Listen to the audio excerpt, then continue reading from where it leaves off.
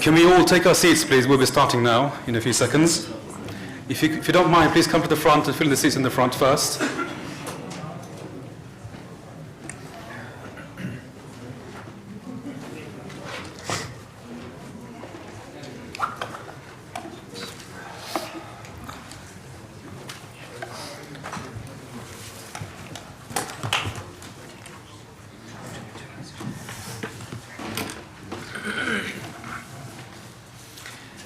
Bismillah ar-Rahman ar-Rahim. My name is Abdullah Faliq. I'm the head of research at the Cordoba Foundation. It is my pleasure to welcome you to tonight's program, the launch of a special publication, the second in a series of training manuals, effective guide to lobbying campaigning, and we will talk more about that a bit later on. Can we start off with a brief recitation from the Quran by the Imam of this masjid, Central Mosque, Sheikh Shukri Majuli, will recite from the Quran. Sheikh Shukri.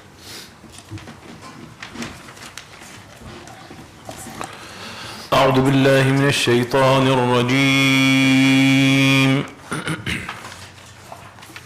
بسم الله الرحمن الرحيم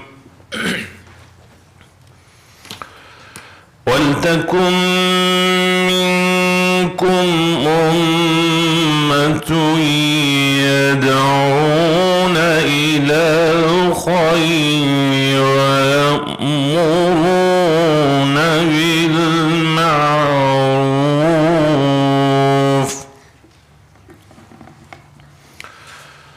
ويأمرون بالمعروف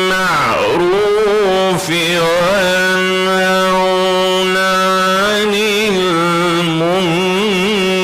المنكر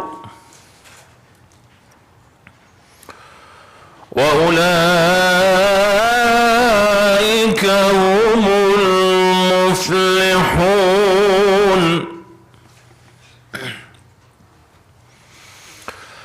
ولا تكونوا كالذين تفرقوا واختلفوا من بعد ما جاءهم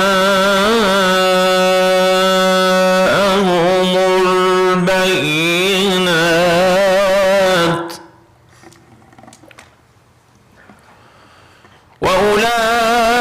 وأولئك لهم عذاب عظيم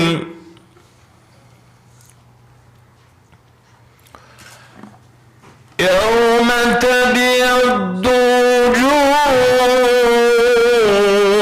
وتسود وجوه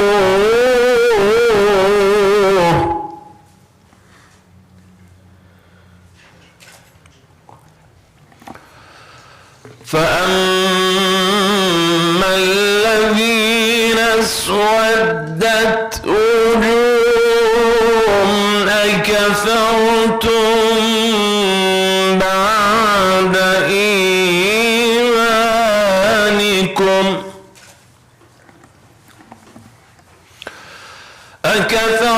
أكفرتم بعد إيمانكم فذوقوا العذاب بما كنتم تكفرون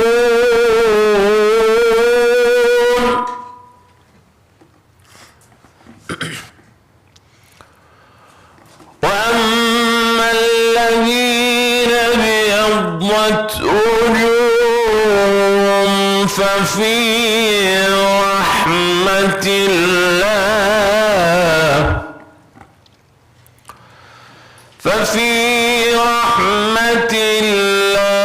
الله هم فيها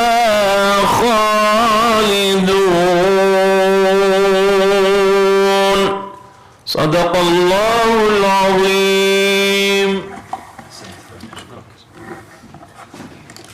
Thank you very much, Sheikh Shukri Majuli, the Imam of the center here, the Central Mosque and Islamic Cultural Center. Before I proceed, I want to clarify that I am not Anas al-Security, as was publicized in the leaflet, as to moderate tonight's program, slight change of program.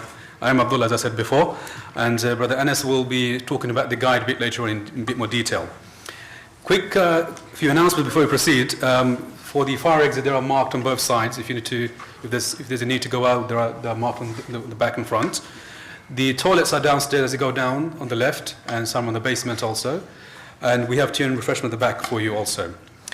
Tonight's program, it'll be quite a crushed program because we need to vacate the building by 8:45 because the center closes by then. So we need to cram in as much as possible, inshallah. In terms of the format, we have a number of speakers, distinguished speakers here today. Most of them are here in the panel. We have an apology from Sajjad Karim MEP, Member of European Parliament. At the last minute, he had to go into Parliament to vote. And we did try to get a video message from him, especially for this program.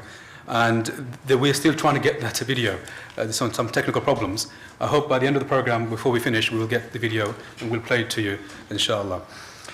The format of the program is we will have the next Anas Al-Takriti, the Chief Exec of the Cordoba Foundation, to talk about the guide. Why is it we produce this guide? What is the relevance and what we can do with the guide? Thereafter, we'll have hopefully a spokesperson from FOSIS, from the Federation of Student Islamic Organization. His name is Amanullah Thomas Johnson. He's the media secretary. He'll be joining us very shortly. We'll have Neil Jamesman after that from London Citizens. And then we'll break briefly for prayers at 7:11. The Jama'ah is at 7:11, so we'll break a few minutes before then.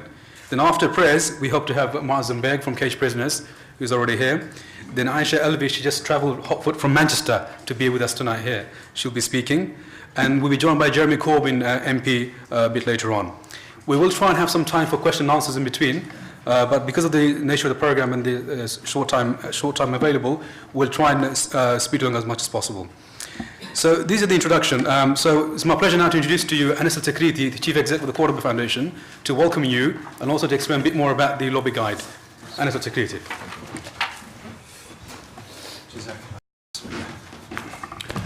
Bismillah ar-Rahman ar-Rahim.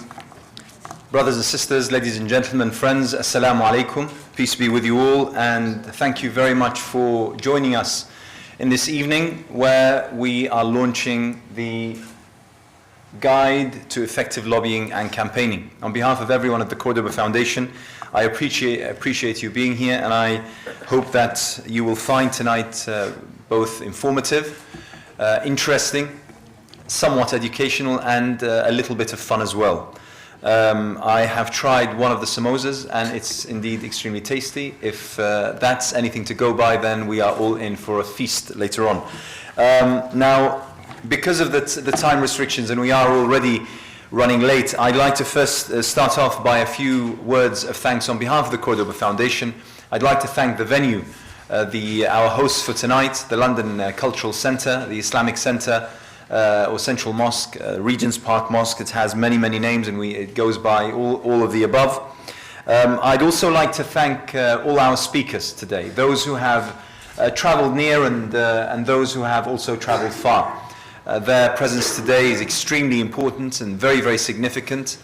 Some of them also played a significant role in the making of the guide itself. I must also thank my colleague and my brother and my right arm from the very inception of the Cordoba Foundation, Abdullah Faliq. His department, he's head of the Research and Publications Department, and I have to say that it's the crown jewels of the Cordoba Foundation, if I'm allowed to use that. In the year of the Silver Diamond Jubilee, I think I am. The publications and the research outputs of the Cordoba Foundation have, by the grace of Allah, as well as by the efforts exerted by Abdullah and his team of volunteers and researchers and editors, are now renowned and are now a mark of quality, professionalism, of the kind of standards that we aspire to from the moment that we launched the Cordoba Foundation. And finally, I must also mention my staff, everyone at the Cordoba Foundation who is here today, and all the volunteers who have kindly volunteered their time and efforts to help out with this evening. And obviously, thank you all for joining in. Now, very briefly, in a couple of lines, the Cordoba Foundation is 7 years old, just over. But over those 7 years, we are proud to have achieved quite a lot. And the most important and the most marked of those achievements is the fact that we have reached within both sides of our society, both the Muslim community as well as the wider British public. When we first started off, we started off stating quite a high aspiration, and that is that we wanted to see exactly what this relationship between the West and Islam as a concept, and Muslims as workers within Islam, where this relationship was going. After 9/11, and particularly after 7/7, the theses of Samuel Huntington and Francis Fukuyama were given prominence. When they first emerged in the early 90s, they were ridiculed by most, but after 9/11 and 7/7, some saw that a return to the theory of clash of civilizations was appropriate. We came about in order to see whether that was true. We came about in order to see whether it was actually necessary that the West and Islam are on a collision course, and hence the name, where we have a real example of not such a distant past, here in Europe, of where people of varied faith and backgrounds managed not only to live side by side and tolerate, a very hateful word to me, to be honest, tolerate each other, suffer the existence of the other, but actually to enrich each other through their diversity. And that's exactly where we are today. So that's where the Cordoba Foundation came from. This is where we are, and by the grace of God, 7 years on, we are launching. The second part in what we aim to be and hope is a trilogy of guides, of toolkits. We have, most of us appreciate, have contributed towards countless pieces of literature and writing about the importance of the media, the importance of campaigning, the importance of political participation, whether it be in the form of articles, whether it be in the form of journals, whether it be in research papers, whether it be in pieces that appear in journals and blogs and newspapers and the such. But what we felt was missing was an actual how-to guide, a manual, a user's manual, something that you would have when you purchase a new gadget, a how-to manual, a starter's guide, something that you can flick through to any page whatsoever in that guide and learn something. Something that could aid you at a time when there is a particular challenge that you are facing. And the first piece, a few years ago in 2009, was the guide to how to use and utilize and make advantage of the media. It was the media guide. And that created quite a substantial and far-reaching stir throughout the community. And we felt that as a result, we needed to take it further. And hence came the work throughout last year on the guide to lobbying and campaigning. And now we have this, and hopefully the next guide will come out in the next year or so. But today's guide, and this is what I want to concentrate on in the next 5 or 6 minutes, its importance is derived from a number of issues, the first being the time.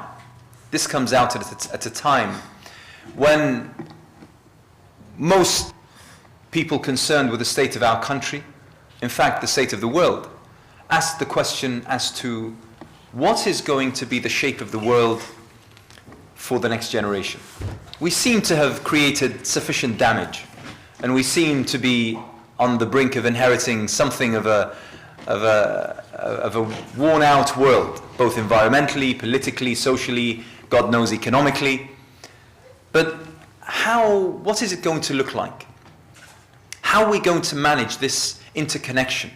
Not only physical interconnection in terms of the mobile human population now and the kind of mixture that we have, whether we like it or not, whether some agree to it or not, whether some think that it's a good idea or not, as well as virtually in terms of the interconnection of the social media, the Facebooks and the Twitters, that some claim, go as far as to say that they were significant, in fact crucial elements of the changes, the transformations that the Arab world is seeing today.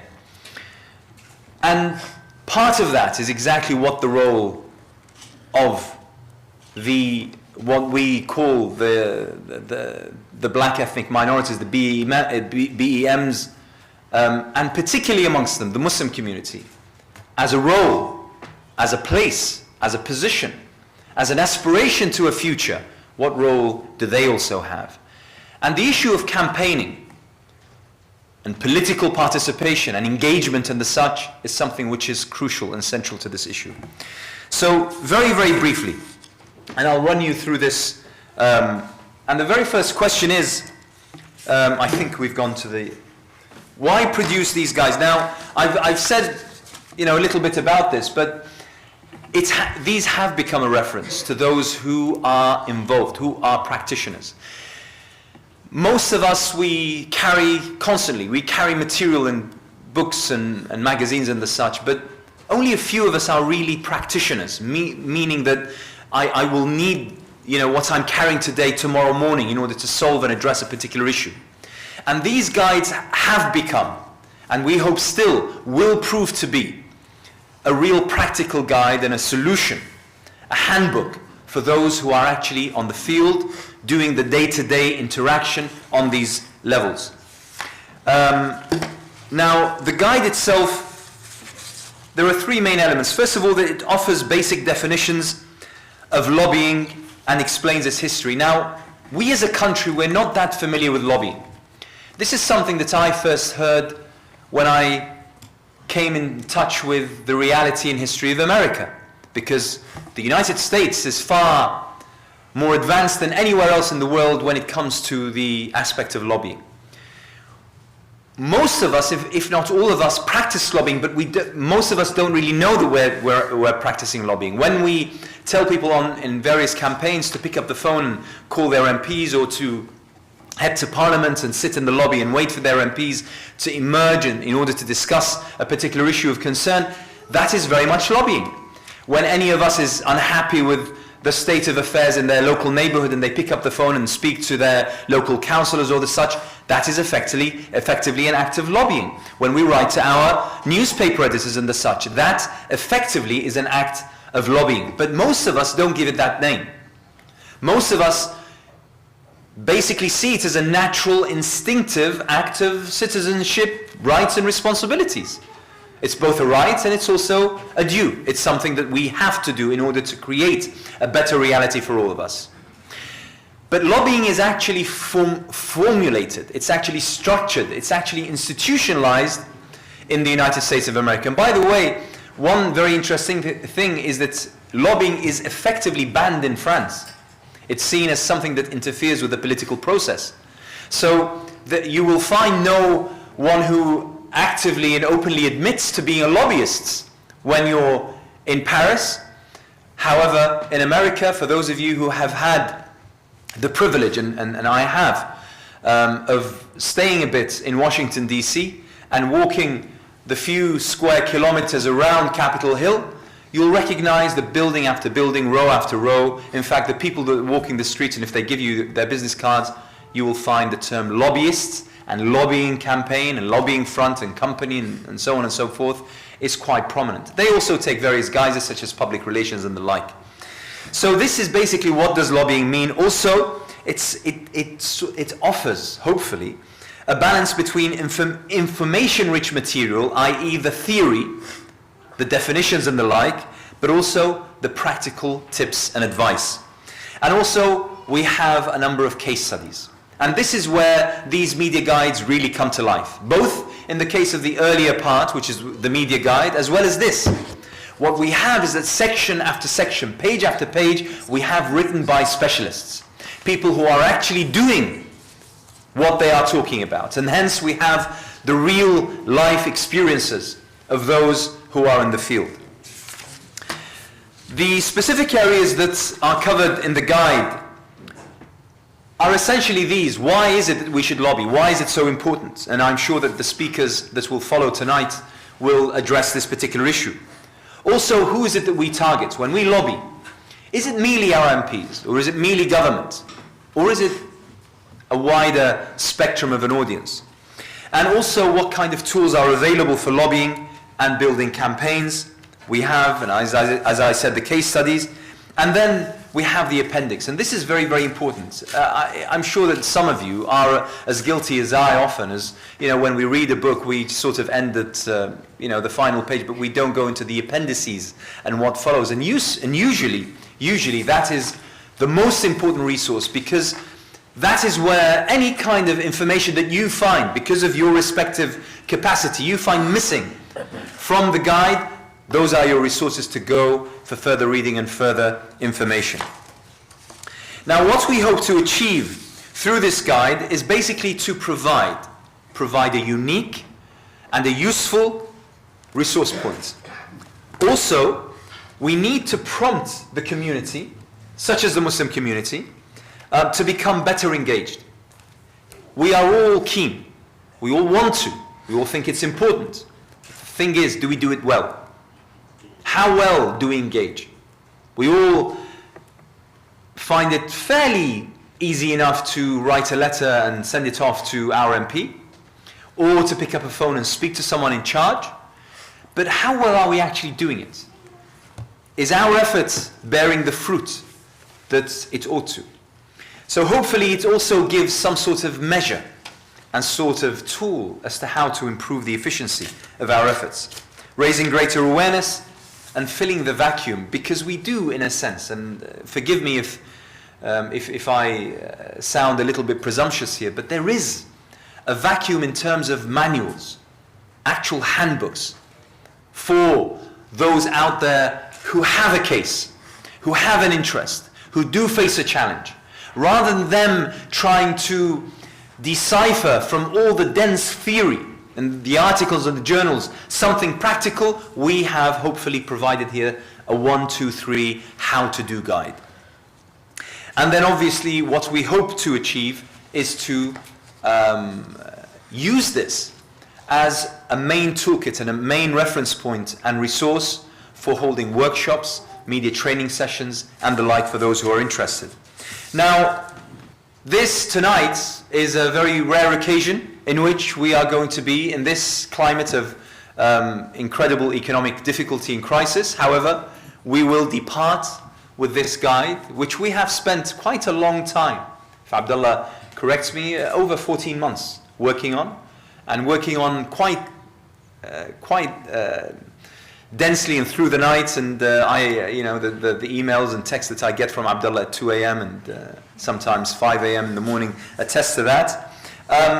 But tonight we are going to offer you a copy of the guide in order so that you can have a look at it, evaluate it, read it, see whether it's useful, see whether what I've said, what we claim to be trying to achieve are true.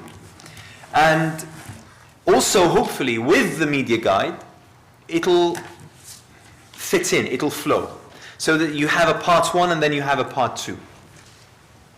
And hopefully also that some of you, if not all of you, will come back to us and say, my organization, my group, my mosque, my community center, my local youth, women, disabled, whatever interest group that I run or I'm involved in, we want more of this. We want you to come, we want you to speak to us, we want you to explain this guide more than you have. Now, basically what you can do is, what we want is please, please, please. The last thing we want or wish is for you to take how many copies that you wish for or can afford, and then basically leave them standing there. They look nice, I admit that. They look extremely nice on any shelf.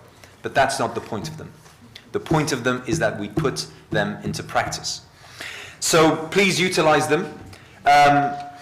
We want you to actually phone us up and speak to our training department and ask for a tailor-made session.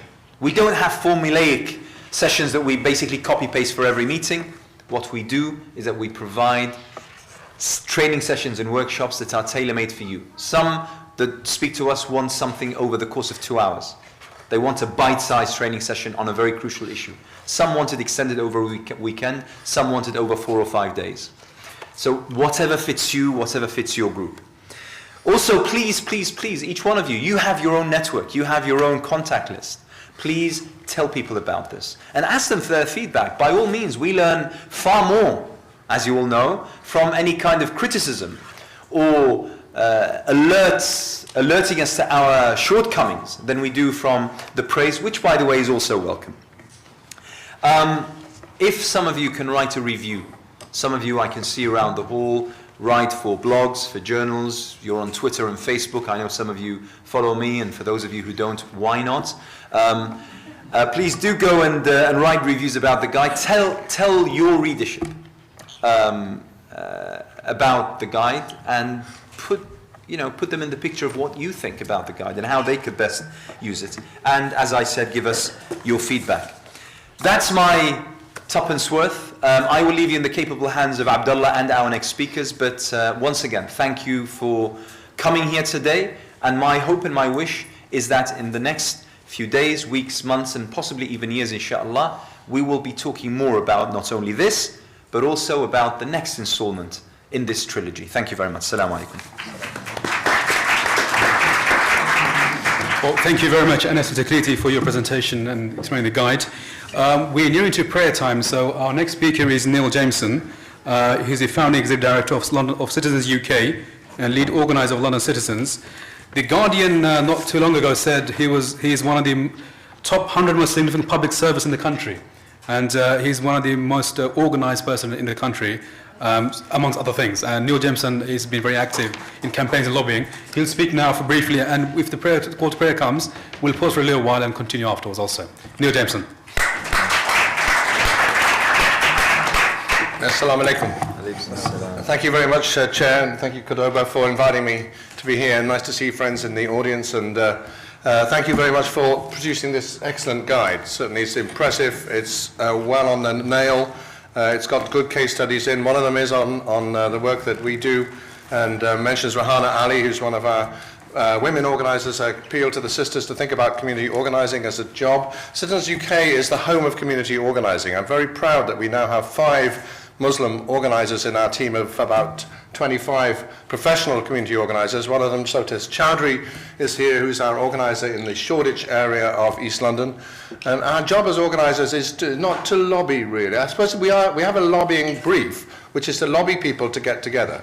That's the bit that's often missing, is that actually if you haven't got much power, then it's quite difficult to get the things that you're really concerned about taken seriously. So with your consent, and we'll keep an eye on the clock, just some advice we have. I've been an organizer for 23 years, and it is my vocation and life now, and it's been great fun. And we have managed to create substantial change with no violence. Some pressure, absolutely, you do need pressure to be able to do that. But in a democracy, which we are blessed by living here, there's all sorts of things you can do apart from voting. Obviously, voting is one thing we can do, encourage everybody to vote, but that's the bottom line. That hasn't changed since the sort of 1920s, when effectively there was a general enfranchisement for everybody. But it's fairly recently been able to vote. Before people voted in this country, they did all sorts of things. They organised rallies. They came together in large numbers and applied the pressure that you need if you haven't got a vote. So voting is not the only way of action. That's one of the messages I've got. Put not your faith, I'm afraid, in the Arab Spring, because there is always a winter. Put not your faith in getting the right person in the right seat. I've just come from a meeting with very disillusioned members of the Movement for Democratic Change in Zimbabwe. They say the country's in a worse position now. They thought that when they got Changarai in, he'd be all right. And how often have we heard this, when you get someone in and they turn out to be like the previous lot? That's, in a way, it's partly human condition. It might be something to do with power, but I wouldn't label it all on power. It's partly because we, civil society people, think that removing one person or group or one elite and putting another elite in will mean it will work. It won't work, because we can't just go home. That's the message which I think Islam has, and all faiths frankly say, you cannot just go home. You have to stay at the table. You have to fight to be at the table if you're just from civil society. So that's the other lesson we've learned, is that civil society is a distinctly different sector which has power if it organises well. It has much more power than the other 2 sectors of government and market, because there's so many more of us.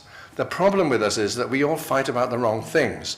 We fight ideologically, we fight about issues which you can't win on, we fight about race, we fight about religion. It's not very helpful, frankly. If you look at what the government sector does and the market sector, it mostly doesn't fight about those things.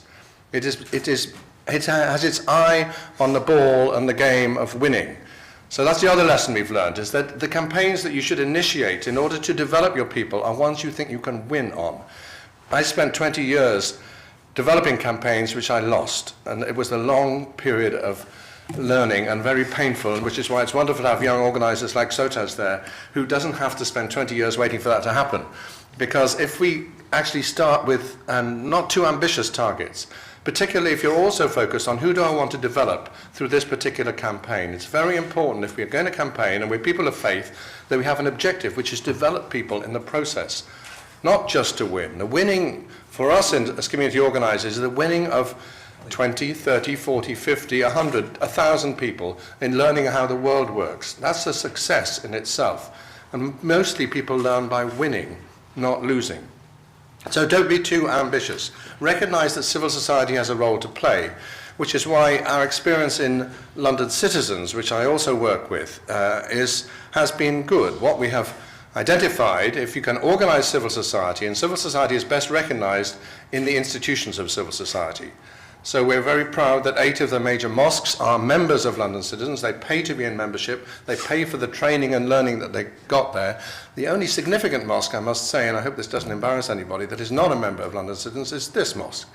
And therefore, if there's anybody here from this mosque, I would encourage you to consider joining, because we need you. Because frankly, 8 mosques working with 6 synagogues, working with 30 Catholic churches, working with 70 or 80 schools and colleges and so on, is power. So that's the other lesson I guess we've learned, is that power is the determining factor in whether you can win or lose. Sadly, it's not the nature of the cause, it's not the issue, it's whether you've got enough power to make things happen, to be taken seriously. Mantra of community organising is power before programme. So many of us start with the issue and recognise that don't recognise we haven't got any power. And as I say, that was my story for 20 years. I did that. I started with many, many issues. I was an issue man. I sat down, I squatted, I occupied, I did all that stuff. We did face painting, we did bouncy castles, we did all the things that a lot of people do, and we won almost nothing. So when I got to the age of 40, I think there must be more to life than this. And so I discovered community organising, and the rest is history, I hope, where we have built power by building power through the institutions of faith and education and trade unions and community associations that can then come up with their agenda. That's the other thing that you can do if you have power. You can initiate things. You don't have to react to things all the time. We initiated the Living Wage campaign, which is mentioned in your document, because we said, and frankly the leadership of the East London Mosque need to be absolutely credited for this, mixing up the leaders of these institutions around things we can agree on, which is not faith. It's not Labour Tory. It is wages. Who's in favour of more wages? We are. Who wants our people to get more wages? We do. Is it good for civil society? Yes, it is. Our people need to be paid a better wage, was how the Living Wage campaign developed. Our people don't have time to worship, don't have time to volunteer, because they are stuck in jobs which don't give them enough money. Therefore, that's not good for civil society. And that's the nature of the Living Wage campaign, which is now delivering £100 million into the pockets of low-wage workers, 10,000 families benefiting from that, with no intervention from government, with no government department taking this seriously. And it's all done by civil society, this alliance that confronts employers with the moral question, how much do you pay your lowest employee? It should be, just to check out if we've got employees here, £8.30 an hour is the living wage. Minimum wage is £6.20. People can't survive in London on £6.20. They have to do 2 or 3 jobs. I know lots of Muslim friends who are doing those, and that's not good for family life, and it's not good for children. So you can win. We can win on issues like wages. You can win on immigration issues if you're thoughtful, if you're disciplined, if you are focused. We managed to help thousands of people be regularized in this country through the Strangers into Citizens campaign, led often by very courageous Muslim leaders who were able to tell their story about what it's like living in this country with no papers. This was not an amnesty, it was a regularization. The government never said they were doing it, but actually they did do it, and that's part of the problem about politics. Often the elite never say, thank you very much, civil society, for giving us a good idea. We will do what you suggest. Mostly they say, who do you think you are? You're not politicians, you're just people of faith. It's a terrible put down when people do that. So I hope those lessons are helpful. So what do we do when an election comes up? We vote, but that's not enough. This is the 4th time that in London we've had a mayoral election. Each time, London Citizens has managed to bring together an assembly of people, our members, to confront the major candidates who are going to get elected. We ignore those who are not going to get elected. We have to be very pragmatic with that and present them with the people's agenda. That is what politics was. That's what we have to remember. That's what it is in many Muslim countries. It's the people coming up with their agenda and then finding a candidate to support their agenda. It never was what it is, sadly going to be a bit in London. Do you like Ken? Do you like Boris? He's too fat, he's too gobby, he's too old. That's ridiculous. It's a real way of putting people down. What matters is what they stand for, and they need to stand for the people's agenda, not particularly the agenda of the group of people around them. So we've built an agenda over the last 9 months, which will be presented to the candidates. Since it's the 4th time we've done this, they've asked for it. They are looking at it. They are moulding the bits that they agree with into their own agenda and their manifesto, so that on that night, which will be April the 25th, if you want to watch on the web and check through our website, you'll be able to see the 4 candidates being accountable to the people, which again is what politics is about, in a completely non-violent way, in a disciplined assembly, no questions from the floor, because the questions have all happened beforehand. It's basically, Mr. Johnson, Mr. Livingston, if elected, it's likely to be one of them, will you work with us? Do you recognize us as a significant political force of non-partisan players, but very, very partisan for the people players? You can be partisan for people, and we're absolutely partisan for the people's institutions, but you don't have to be Labour or Tory or Liberal. There are many ways of doing politics. That's what we've learned across the world. That's what lesson is. And I sort of finish a bit by not a gentle criticism that look out for the corporations. It is possible to affect the market too through lobbying and so on. Part of the problem for our children is they don't know what to think or believe because the corporations have such power to give them the images which they think they need, the products which they think they need, but we never did need, and we never used to need. We managed without them a lot. The corporations need to be they need to be humanized. They need to understand that, frankly, it's in their interest for civil society to be comfortable with the role that they're playing. We have had some very constructive relationships, often starting with tension, with major corporations, major banks, major law firms, and now major retail chains, to persuade them, if possible, to do the right thing, to pay their people a living wage, to look out for their neighbors, which Prophet Muhammad was very clear about. We have to look out for our neighbors. He never said look out just for your Muslim neighbors. He said do it in a broad-based way. Whoever is your neighbor, and when asked who is my neighbor, he said, as I understand, it's the people closest to you in your street. So I've finished with that lesson, which is the Prophet's lesson, peace be upon him, and thank you again for this opportunity, Chair. Thank you very much for that. Thank you, Neil, for finishing just before the call of prayers. We will break now for about 15-20 minutes.